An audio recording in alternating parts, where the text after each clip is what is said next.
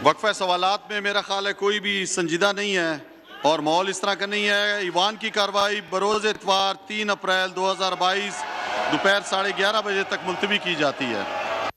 जी, तो आपने सुना, बड़ी खबर है ये। कौमी असम्बली से बहस होनी थी 2-3 रोज़, यही कहा जा रहा था तहरीक अदम एतमाद के ऊपर, और फिर वोटिंग के लिए इतवार का दिन मुंतखब किया गया था।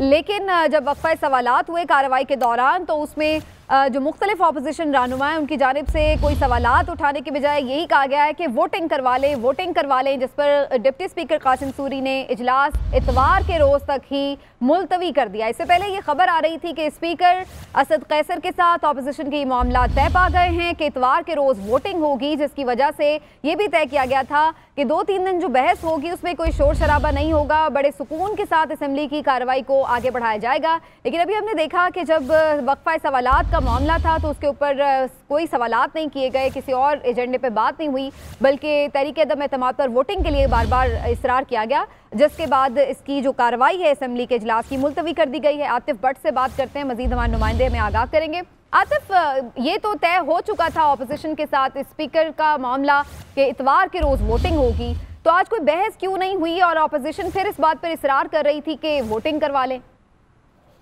तो जी, कौमी असम्बली का इजलास जैसे ही शुरू हुआ है तो सबसे पहले बाबर अवान की जानिब से एक तहरीक पेश की गई है। अच्छा आतिफ, आपसे मैं डिटेल्स लेती हूँ। इस वक्त वफाकी वज़ीर इत्तला फवाद चौधरी साहब हमारे साथ हैं, तो उनसे पहले बात कर लेते हैं। फवाद चौधरी साहब, बहुत शुक्रिया आपके वक्त का।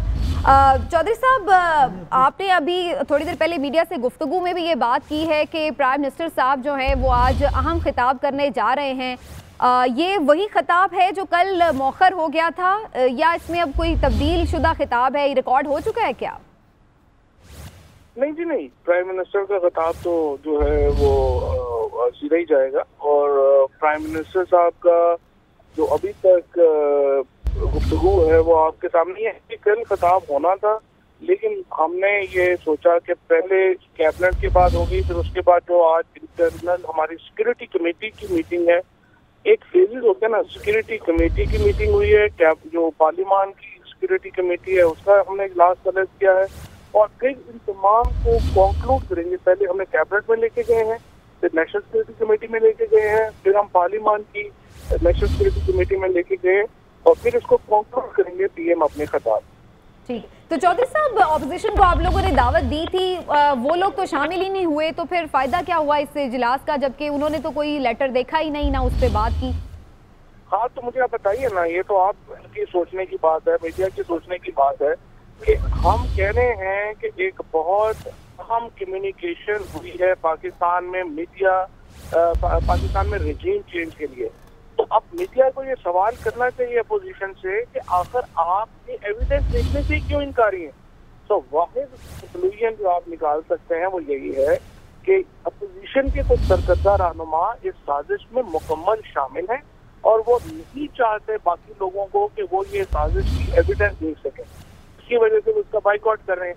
आप मुझे बताइए, आपने एक फैसला करना, मैं एक बात कह रहा हूँ, आप मुझे एग्री नहीं कर रहे। अब आपको मैं कह रहा हूँ कि मैं जो बात कर रहा हूँ उसकी मेरे पास शहादतें हैं, आप आके देखिए, आप शहादतें देखने से इनकारी, तो आप क्या कंक्लूड करेंगे? तो यही तो अपोजिशन का एक मामला चल रहा है। अच्छा चौधरी साहब, आप कह रहे हैं कि ये गैर मुल्की साजिश है, जिसका वज़ीर आज़म साहब भी कह चुके हैं, मीडिया को भी आप दिखा चुके हैं। अगर ये देखें, बात इमरान खान की नहीं, बात पाकिस्तान की है, पाकिस्तान के वज़ीर आज़म की है। अगर पाकिस्तान के मीर जाफर इसमें शामिल है तो उनके खिलाफ कार्रवाई क्यों नहीं की जा रही? आप हुकूमत तो आज तक आपकी है, पाकिस्तान तरीके इंसाफ की है।